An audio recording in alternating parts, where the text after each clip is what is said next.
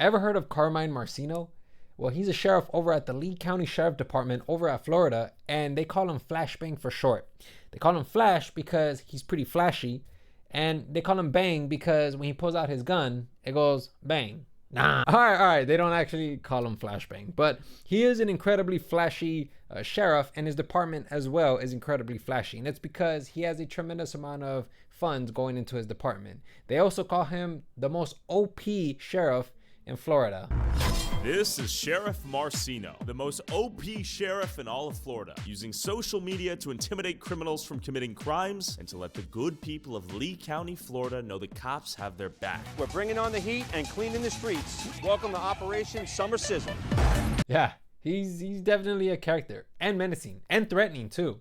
I wasn't even gonna make the video, but I had to convince myself that I'm brave enough to do this. Even his dog takes cover after a bark. Hey, but you don't need to take my word for it. Just take a listen to Carmine Marcino, where he talks about how he overhears drug dealers talking about how you should avoid this county at all costs. But drug dealers talk more than you and I are talking right here. And they say, and we know through conversations, stay out of Lee County, Florida.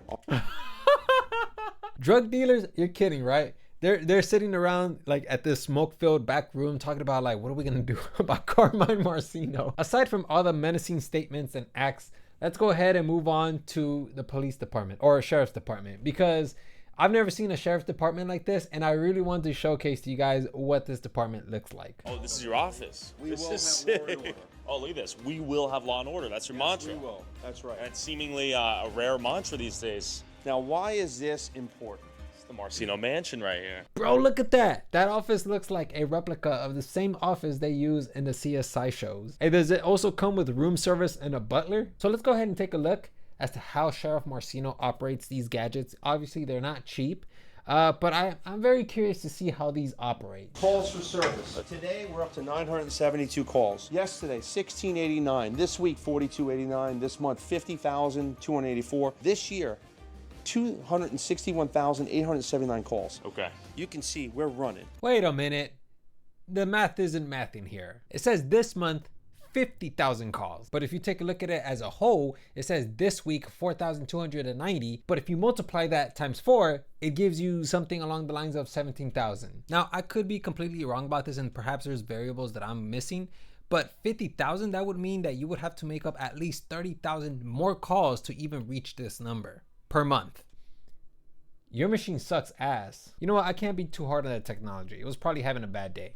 Let's go ahead and take a look at other contraptions that he has, and hope to God that they're not as erroneous as that particular one. Live Google. This is a big, big deal. And I'm What do gonna you mean show live Google? It shows me every single person working. The stars are where my deputies are. It tells me what they're doing, what they're on, what calls for service. It's important for me to have my finger on the pulse constantly. So this is actually a pretty cool piece of technology because you get to see what your deputies are up to.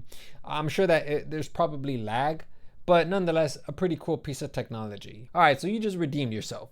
What else do you got? It's a traffic stop right here. So this is Deputy Austin, and right now I can see his body-worn camera. So it's as if we're That's on insane. scene. Bro, what do you mean that you can see through his body-worn camera?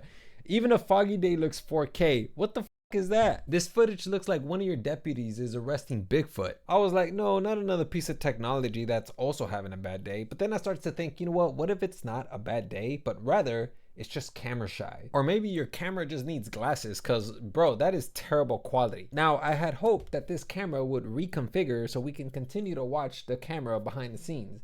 However, this camera has a sense of humor, because as you continue to watch the picture behind the sheriff, you can see that within a couple seconds, the camera ends up freezing over. Go ahead and continue to watch the clip so you can see that the detainee, he's not going to move. I don't know about you guys, but if you're spending hundreds of thousands, if not millions of dollars on technology, I would assume that the technology would perform optimally. Or perhaps it's for a whole nother reason that we just lack the context to. I mean, for all we know, the deputy and the detainee, they're probably getting a quick round of freeze tag. In addition to overall presence in the community, Lee County is taking innovative measures when it comes to incorporating new technology like this robot dog, Robbie. Really? You couldn't have came up with something a little more original? You had to take the morphological root of robot and just slap a Y to it, Robbie? That's like every other unoriginal name. Spark, Sparky. Swift, Swifty. Skip, Skippy. This guy's ideas are made out of 100% recycled material. You better hope to God that this dog does not just roll over, play dead, or fetch a ball.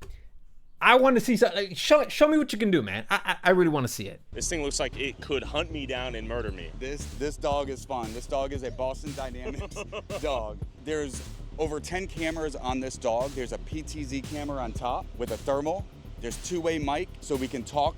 Oh, and so we can talk negotiate with people holding hostages, or? Yes, sir. Yeah. This dog can open doors. It can go upstairs. You know, provides that real-time information with all those cameras, so we can clear residents, and then go back to the command post and say, okay, it is safe for us to go in, or we kind of know what we're working with when we go inside that structure. I mean, if I see it at a dog pound, I'm definitely not adopting it. I don't know why, but I had the impression that these mechanical dogs could attack perpetrators, but it doesn't really seem like that's the case. It more or less seems like a safety device for officers to infiltrate the premises, which if it was an attack dog, that would have actually been pretty cool. All right, how much do one of these dogs cost? How much does dog cost? A lot. 200,000? Does this dog walk me on the leash? And why is it so expensive? And second, where did you even get the funds for this? A lot of these, it's used from forfeiture funds, so bad money turned good. So not the taxpayers, it's the actual criminals who bought this for us. Smart. Two questions. The first question is, what is your mechanical dog doing? Does it have an olfactory sense? Because I see it sniffing and I'm thinking to myself, like, did you find a clue? Hey, it sniffs out a cat and it just goes and chases after it. And the second question is that even legal? To use bad money for the department's expenses? Now, I did a quick Google search, and just based off of what I saw online, nothing in depth, so don't quote me on this, but it seems like most departments can use forfeiture funds for department expenditures. So that's interesting. And that's not the only thing that they've purchased with bad money. They've also purchased a drone that goes along with this canine. They've also purchased a tiny helicopter equipped with a camera, and I'm sure they've purchased a load of other equipment with bad money. Now, is this bad? Personally, to me, I think it's wonderful that law enforcement is experimenting with technology. Whatever helps facilitate the efforts of law enforcement, I think I'm for it. Because if we could reduce the number of lives that are lost in law enforcement, I think that's a great cost benefit. Now, it seems like this sheriff's department has everything a man can dream of. Gadgets, a mechanical dog, a VIP section, but it's not enough for Carmine Marcino. He actually wants even more money. The request is in addition to the sheriff's annual budget, which has been called into question after rising from $196 million in 2020 to now $315 million this year. Gulf Coast News wanted to know how the sheriff planned to spend that extra money. His office responding, quote, "We are obligated by Florida state statute on how the funds can be spent." And when asked for a breakdown, the sheriff's office said that it was considering categories like crime prevention, safe neighborhoods, and drug abuse education, to name a few. $191,000 appears to go to nonprofits. You want to spend that money on public safety? Come on. You guys already know where he's going to spend that money on. He's going to reinvest it into gadgets. He's going to reinvest it into gaming chairs for his VIP section. He's going to reinvest into a limousine police car. And lastly, he's going to eliminate evidence bags and replace them with Gucci bags. I'm just kidding, man. I don't even know. But it is pretty funny that they are keeping a close eye on him because they want to know where those funds are going.